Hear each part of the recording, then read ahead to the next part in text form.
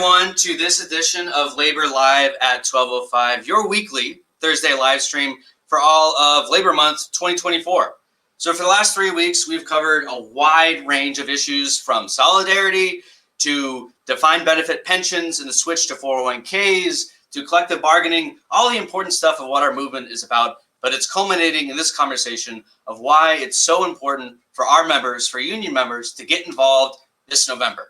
And, I can really think of no better guest than the special guest we have today. So it is truly an honor to have President Liz Shuler of the AFL-CIO join us. And for those of you that don't know, the AFL-CIO is America's largest labor federation, encompassing 60 unions and 12.5 million working people that are represented in every sector of the U.S. economy. And President Shuler is the first woman to hold the title of president in our labor federation, which is incredible. And she has honestly just been a visionary, trying to rework and reinvoke the middle class to be the dominant player in our economy like it's been for so long. So President Shuler, thank you so much for joining us today. Hi, Alex. Hi, everyone. It's such an honor to be with you to keep Labor Day going right into Labor Month. So thanks for having me on the show. Why have one day when you can have 30? That's what I say. But kind of diving right in here, we talked about elections. Everyone has probably seen a million campaign ads, and they will see a million more campaign ads up until election day. But when we get to the nuts and bolts of it, why is it so important for union members to vote in November? Well, I think we all have a responsibility to participate in our democracy as citizens, but certainly as union members, because our vote determines so much in terms of our lives, our freedoms, our workplaces. And I think you can look at Alaska as sort of the poster child, right?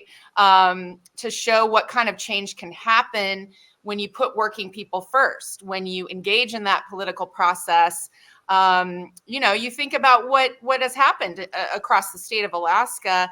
You have a very diverse mix of folks belonging to various political parties and having different political beliefs, but you were able to bring people together based on issues and getting things done for the people. So I think if any state can show the way to the rest of the country, it's Alaska. And that, when union members vote, they have a voice and a say in that process. So if you look at, for example, the fight for school funding, we as citizens, we care about our schools, but we certainly also want to make sure those jobs are good, high quality, high wage jobs.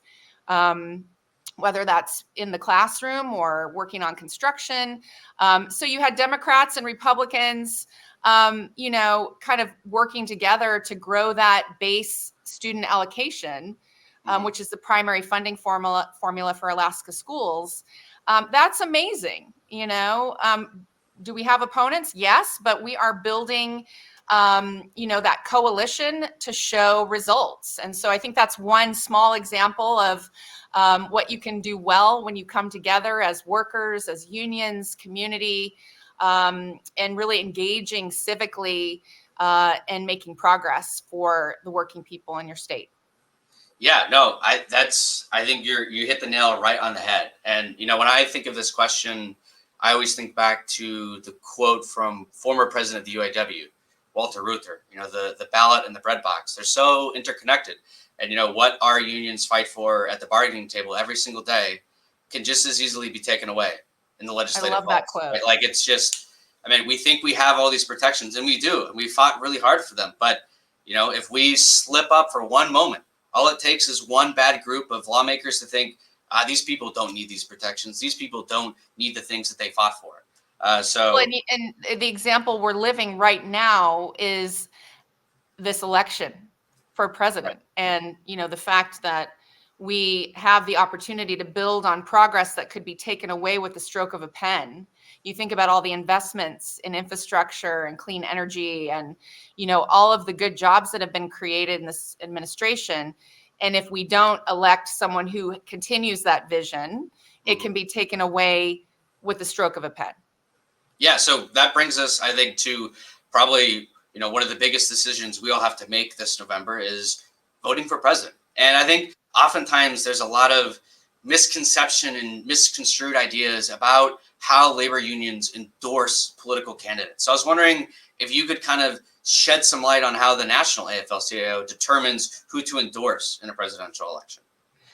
Yeah, absolutely. And in our unions, we're democracies, Mhm. right? We have a very robust democratic processes, whether it's at your local union, where you have your local union meetings and you debate and discuss the issues and bargain contracts and, work as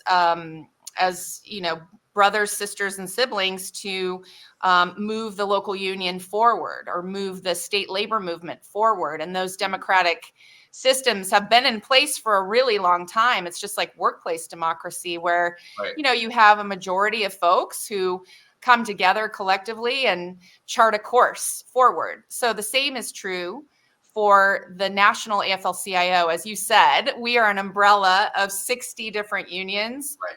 across all industries, 12.5 million working people represented. But each of those unions, are different. They're not a monolith. They all have different perspectives and different ways of governing their union. And so we as a federation, we take the lead. I mean, we follow the lead of our affiliate unions because they're the ones with the finger on the pulse of their membership. And so we are a collaboration. We are a table that comes together to have maximum power together. So our process is democratic. Every union engages with their union members, and some do surveys, some have roundtables or town hall meetings, polling. They talk to their members about the issues, and then certainly the candidates that are running for president who would best address those issues that we care about. And so each union, as I said, sort of approaches it differently. Right. But once they do it on their timeline in their way, we have in the AFL-CIO our general board, which is a representative body that carries the voting strength of each union's members. And then a candidate endorsement only happens when we have a 2/3 vote of that board. And so that endorsement for president really has to reflect our union members, their unions. Otherwise, it's not effective. Right. Yeah, no, absolutely. I think, people just think or have this like conception, oh, unions, they're just backing this party over this party or this party over that one. But in reality, it's really our endorsements are the culmination of interviews, questionnaires, talking with our members, seeing what I mean, it's this whole big process to arrive at a big decision. I hope people kind of take away that this isn't just some, easy decision that unions make And or track take lightly. record. Yeah. We have voting records, for those who are in elective office. It's the bottom line is it's issues based.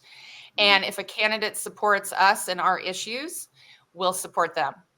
Yeah, you couldn't have said that more beautifully. If they support us, we support them. That's what the movement is all about. So now kind of jumping in from it's important to vote and why should we vote, but what do we do with that information? What do we do now? We got our members to vote, and every Saturday here at the Alaska AFL-CIO, we host labor walks, both here in Anchorage and in Fairbanks, our two most populated cities, where volunteers talk to union members about the upcoming election and endorse candidates. So kind of from your perspective and your history in our movement, why is it so essential for members to participate in a labor walk program like that? Well, thank you, first of all, for doing those labor walks because, the feet on the street, as they say, is the most powerful part of any election because it's about people meeting and talking and debating the issues and really opening their ears and hearing perspectives. And I think you can say in Alaska, it is absolutely no joke that you go out every Saturday because Alaska is one of those states where you always seem to have an election right around the corner, right?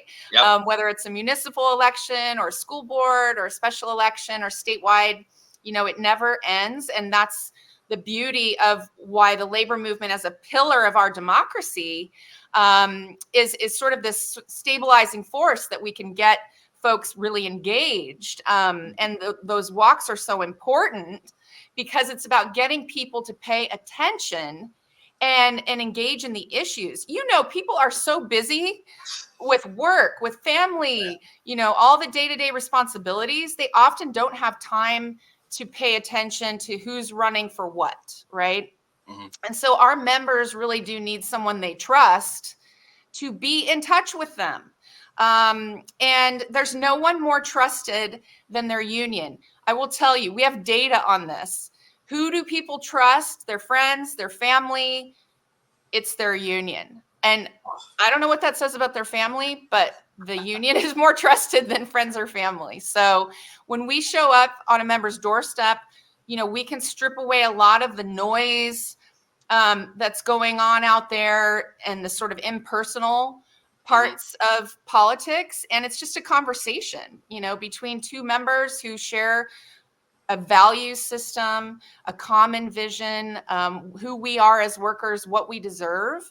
And then we can bring that information about what's going on, why it's so important to participate. And then, connect the dots, as they say, of what is happening maybe in the national, in Washington, D.C. or the state capitol to the ground level. Like, what does it matter to you as a union member? And, elections have consequences, as we say every day. Yeah.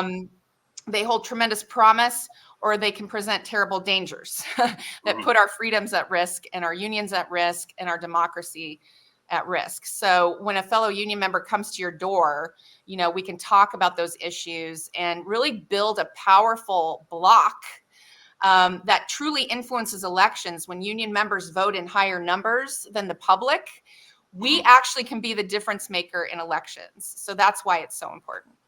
I mean, that's a powerful fact that unions are literally just so trusted more than friends and family. And I think that's really de-escalating for people that are really maybe nervous to go out the doors. You think, do these people want to see me at their door? Turns out, yeah, they do.